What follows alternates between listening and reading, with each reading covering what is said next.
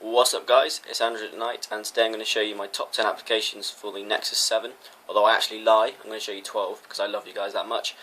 These two here, Tablet Talk and the camera app, I'll put links in the description to my reviews of those because they're really good, and I don't think I can make this video without just mentioning them because they're definitely worth checking out if you've got a Nexus 7.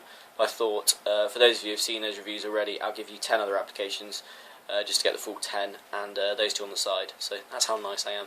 I also apologise for this angle. For some reason the screen is really difficult to record, and I found that holding it at this angle seems to be the best way to do it, so apologies for that. The first app we're going to look at is called SwiftKey 3, and this is probably the best keyboard on Android. It's the one I use the most. I just think it's really good. It looks different. I'll open up Evernote, which you'll actually be coming back to. But as you can see, it looks different. The typing is really fluid and quick.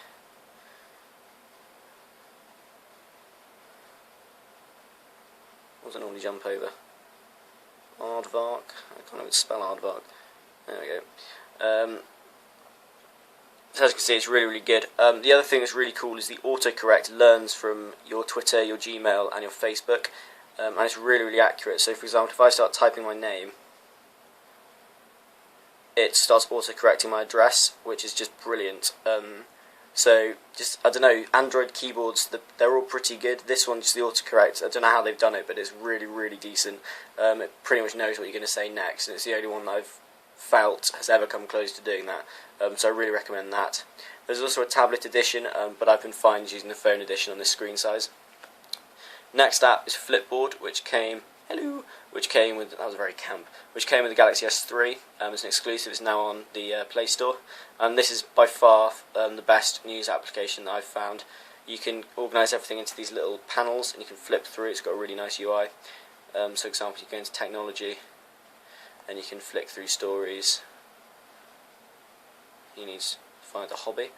So you can open that, you can read through it, you can share it and everything like that, you can star them, you can swipe back and it'll take you back, swipe again, go back to the main screen, and you can also link it in with your Google Plus and Twitter, which is really cool. So that's Flipboard. If you need a news application, it's really good. I found myself, rather than playing a game, I jump onto Flipboard and just surf through stories. It's really nice. It's a really pleasing UI. Next up we've got Dropbox, which everyone should know about. I've talked about this before, and the autofocus doesn't like Dropbox. Come on. Okay, come on. Seriously. Oh dear lord. And I can't even edit these because I'm sending them straight up from my Galaxy S3. Come on, autofocus. Focus. What if I touch the screen? There we go. So this is probably, I'll put it down, see if that helps. This is probably the best, what's the word, sort of syncing and file sharing service. I got 50 gigabytes free in my Galaxy S3, so I've got loads and loads of space. But it's just really good if you want to auto-upload photos, you can, which is less relevant for the Nexus 7, although you might take a few with the front-facing camera. But it's just really good. It means I can have all my pictures and things in the cloud. I don't have to use them on the device because this is 16 gigabytes. But if you've got an 8 gigabyte one, you don't want to be filling all the filling all the internal SD card up with things that you could just have in the cloud that you only access a little bit. So I just use it for that, and it's really good. Syncs across all your devices. Next up, we've got Evernote, which just name this one. Hello world. This is a really nice application that syncs across your just realised I got. There you go. Syncs across all your devices. I'm not going to show you the notes because I've got private stuff on them, but they're really good. You can use it for syncing small documents across. I use things like letters, emails I'm sort of drafting. I use it for that, and it saves them across devices. If you have everything you just want to sort of scribble down, instead of jumping for a bit of pen and paper, you can just jump onto Evernote and it'll be in the cloud for you, and I can access on my MacBook or my phone. It's just really good. The interface is really nice. Again, I won't flick through all of it because I've got private stuff, but yeah, really good. Definitely worth a try. Next one is notification toggles, which is exclusive to Jelly Bean, or pretty much the only usage case I can see is with Jelly Bean, and this just adds the notification toggles back into your notification bar, which some people love, some people don't. You can see how reflective this screen is. It is absolutely ridiculous. Yeah, some people love, some people don't. I quite like having it there. I have got used to using the widget here, but I know some people do like it, so I thought I'd include it, and it's free on the Play Store, so that's worth a check out. Again, links to all these will be in the description. But this just lets you customise. You can have your Wi-Fi, your GPS, your brightness, everything. So that's really good, just for quick toggling. Chrome is the next one, which is my browser of choice. Let's go to Google. I use it on all my devices. I use it on my Galaxy S3 and on my MacBook, and it means you can sync across and you can open other devices. And you see I've got my MacBook there, I've got my Galaxy S3 there, and this is what I'm on at the moment on my Nexus. Oh no, in fact this is my sister's Nexus 7, which I signed into by accident. But it means you can open things that are cross devices, or your bookmarks sync. It's a really fluid, fast browser. I really like it. Next up is Plume. I use loads of Twitter clients on all my devices, but this is the best one I've found for tablets, purely because you can flick sideways. There you go. Flick sideways. And you can individually slide all these, which isn't particularly useful. I just love how it looks, and I like just flicking through them.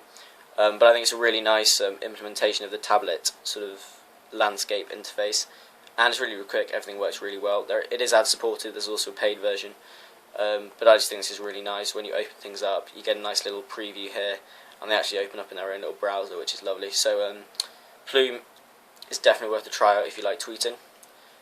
Next, Amazon Kindle, which everyone sort of knows about. I just use this as an alternative to Google Books, because I have a Kindle, and I read on my MacBook as well with the Kindle app. So this just adds more functionality to this, and this tablet really is for media consumption. So I think a lot of people are going to be using things like the Kindle app or the Google Books app. Kindle's just the one I use because I've sort of linked into their ecosystem. But it was really fluid. The interface is quite nice. All works really nicely. You can just download books really quickly if you look. And then once you're in, you've got a bunch of different settings. Where are the settings? Here we go. Bunch of different settings here. You can change the colours, because I know some people don't like reading on a white background. You can invert it. You can change the brightness just within the application. Change the font size, margin size, line space. You can change everything. It's a really nice application. It's getting better and better with each update. So if you're a big reader, Amazon Kindle's good. Next one is Pixseed wallpaper, which I apologise, I've shown you this on my Galaxy S3 in my top 10 apps, but I really like this, so I think it's worth another mention. And this is just a really good place to get wallpapers for your device, and they actually look really nice on the Nexus 7. I was worried they might not scale properly, but let's grab one. What should we get? Oh, this is a nice one. I like this one on my Galaxy S3. So you can hit save, and it saves it to your SD card, and you want to set wallpaper. I find the best thing to do is click across to that one far right, and then set it. And there you go, you've got a new wallpaper. And it doesn't really show up on this camera very well, but they are really nice quality actually. It's a bit bright for the camera. But yeah, that's really good, and it's a great place to have wallpapers, and you can save them to your SD card, which is great. Last one is Netflix. I'm not even sure if it's signed in on this device yet. No, I'm going to sign in now, but I was using it on my sister's one, and it's really good. I use Netflix on my laptop loads, so if you're already using their service, it's definitely one to get. And I was surprised how good videos actually look on this screen, because it's not the biggest and brightest screen on the market, but it actually looks really nice, and it's really nice to hold just watching movies. I fell asleep holding it like this. It's so light and easy, but yeah, Netflix is really good if you're already in their ecosystem. So yeah, that's been my top 10 applications for the Nexus 7. I apologise if this seems really quick, really rushed. I'm back on the floor again, as my desk is an absolute state because I've been doing some painting. So I'm sort of sitting here with my back hurting and just trying to get through it all in one take. And as I said, I'm uploading this directly from my Galaxy S3 because my MacBook seems to be crapping out a bit. Using iMovie, I need to sort that one out. But yeah, all the other thing I want to talk about is when I do my games compilations, do you prefer, just put something in the comments, do you prefer commentary or do you prefer having music in the background? Because I've had mixed responses. It's fine for me either way. I love commentating them and I love sticking random music on them. So it's no skill of mine to do either, but I was just wondering which one you guys preferred. So yeah, hope you're all having fun. Please subscribe if you haven't seen me before, and please message me or comment if you've got any requests, and I'll see you guys next time. Ta-ra!